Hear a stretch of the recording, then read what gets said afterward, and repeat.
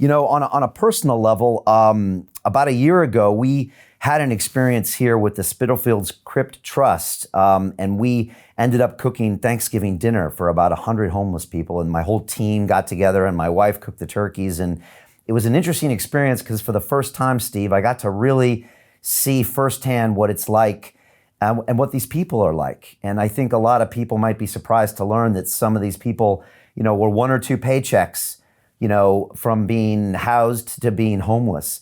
And there was also a lot happening here, from childhood trauma to mental health to drug addiction. And homelessness wasn't always something that I think people understand. And that's why I'm really glad you're here today. I think a lot of people also don't understand that there's homelessness and then there's sleeping rough on the streets. And that's only a small percentage of those people, but it's still an issue that everyone faces. And it was a real eye-opener for me and my staff. And it was an emotional day, and we really connected with a lot of people there and gave them this American Thanksgiving spirit. But it also showed me that there's a person behind the face on the street. And I think sometimes we forget that. We forget that they have a story just like you and me. And a lot of times they could be back on their feet if they just had the right resources. So curious about your thoughts on that, Steve. And did I get insights that were right, or were there more things that I need to see? Ryan, you've summed it up incredibly well. I've been with St Mungo since July, and I, like you, spent some time with our clients, as we call those that we provide support to, and that range of experience for those individuals is incredible. You're absolutely right. There are some for whom it is just about a home, an affordable home. Circumstances may have meant that they're unemployed, they were sofa surfing and have been kicked out, they've ended up on the streets and have nowhere to go. And then for others, indeed, it may be personal trauma, personal experience, it may be domestic abuse, it may be alcohol, drug misuse issues, complex health issues. All of those factors act upon different people in different ways.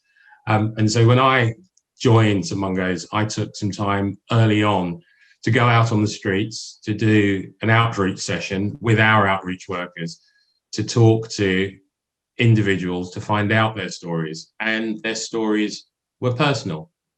Each and every story is a person's story, and I think you've summed it up really well. Understanding that a person sleeping rough is a person who is sleeping rough. We're very careful to talk about rough sleeping as being a state, not a trait. Your point around, for some, it's only a couple of paychecks away from rough sleeping is absolutely correct in some instances, and we are truly mindful of that.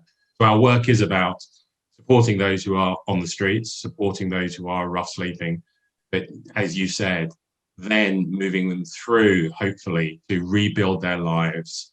In some instances, it's just about dusting off. In some other instances, it's about long-term advice and support to help them rebuild their lives, so that once again, they can live independently and successfully. Yeah, that's a really good way to sum it up, Steve. And I like how you use the word clients. That's language is everything, and if you have the right language, it gets people in the right perspectives. So I appreciate you saying that. It was interesting to see also, the struggle with addiction. And I've struggled with addiction in the past, and it was a state that I was in that at the time was really hard to get out of, but I did, and now I'm able to be productive. And I see that with a lot of these people. But when you're sleeping rough on the streets, a lot of times it's really hard to get out of that because there's not much to look forward to. There's no stability. You can't have a job if you don't have an address. And it seems like this downward spiral. And yet that could be your aunt. That could be your former next door neighbor. That could be the postman, and I talked to people that were literally, there was two paychecks they lost and there they were. So it was, like you said, real stories and real people. Yes, agreed entirely. And you've described what we do. 3,000 clients we work with every night, almost 33,000 last year. Our outreach teams are out there having the patient conversations, because for some, it's actually difficult to talk about that state. For some, actually it's really, really tough to acknowledge that something has caused that person to be in a position where they're unable to effectively support themselves. And our outreach team, this is not just St Mungo's. St Mungo's is one of a number of homelessness charities that operate across England and in the UK that provide advice and support, shelter accommodation for the many homeless people.